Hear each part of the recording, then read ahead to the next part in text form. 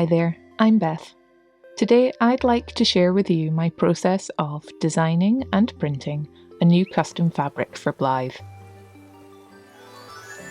I'm a huge fan of Animal Crossing and have recently been working towards collecting all my favourite seasonal recipes and decoration pieces.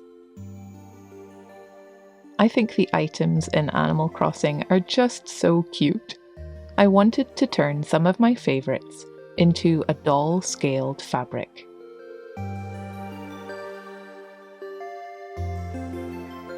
I like to use the app Procreate on the iPad to draw out my line art and also colour it all in. I use separate layers for the line, colour and background.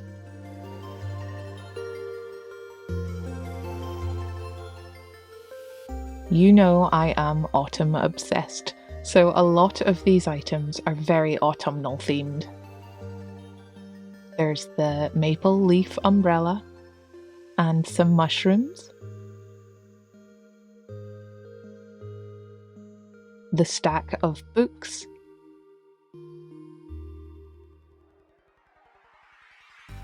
and Mom's pen stand,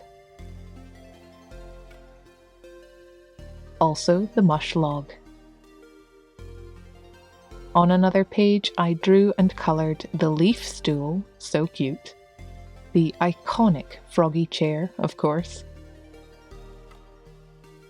the mush lamp, and the Quero Pea snack, some pumpkins,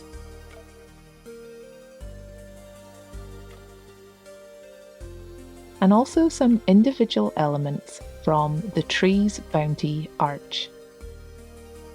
I finished up with an acorn, an orange windflower, and of course some Blythe pull rings. I really like to include these as a little Easter egg of sorts and show it's specially for Blythe. I remove the background layer and open them up in Photoshop. I create a document the size I want the panel to be. I want to make this into a skirt with a border print. I then separate each drawing and move them around until I'm happy with the layout. I think it's nicest with the little things up top. I sent my finished design to a printing company. I'm using Woven Monkey in the UK. I receive my fabric in just a few days and I get to see it all printed. I decided to reorder my lovely autumn prints too, because I have plans to make some more things for BlytheCon with them. I got all of these designs printed onto cotton poplin fabric. It's a finer cotton and light but smooth, perfect for doll scale prints. Aha, here's my new design. Oh, brilliant. I'm really happy with how it came out. All the little details are really clear and crisp. Yeah, I'm really pleased with this. As always, I wash the fabric before I sew with it, so now it needs to be ironed.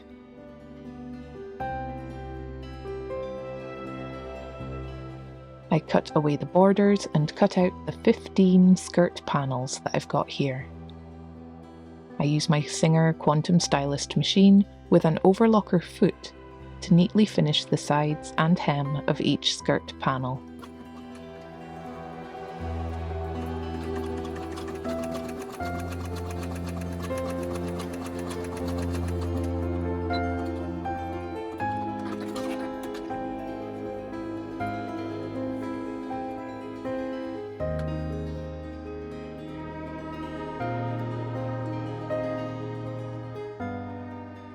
I can then fold and top stitch all the hems before gathering up the waists.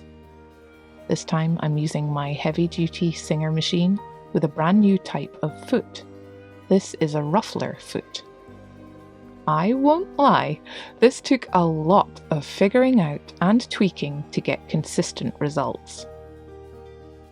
I loved it, then I hated it. Then I watched lots of troubleshooting videos on YouTube.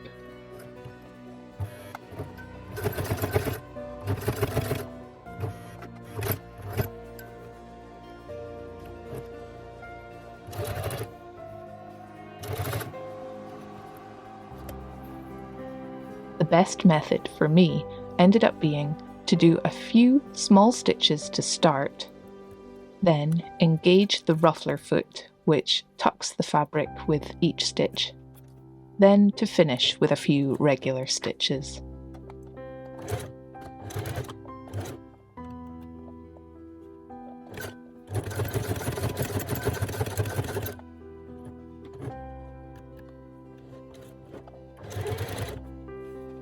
I still had the occasional problem, but this really can save you a lot of time when it works.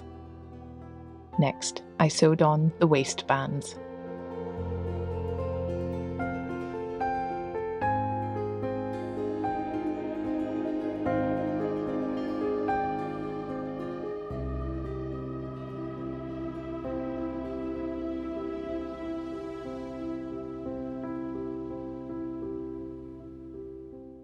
The ends were tucked in and top stitched to be neat all round, before closing in the backs of the skirts,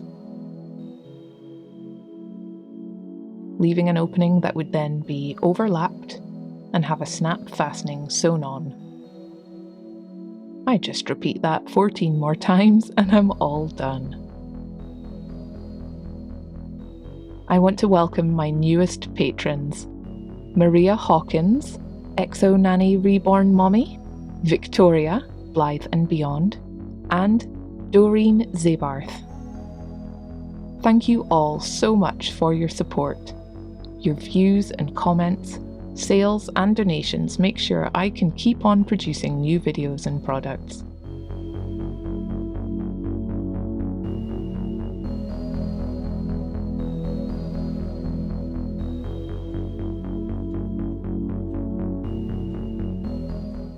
Please leave a comment below. Let me know if you're an Animal Crossing fan, or if you just like the pattern. Take care, and I'll see you again next time. Bye.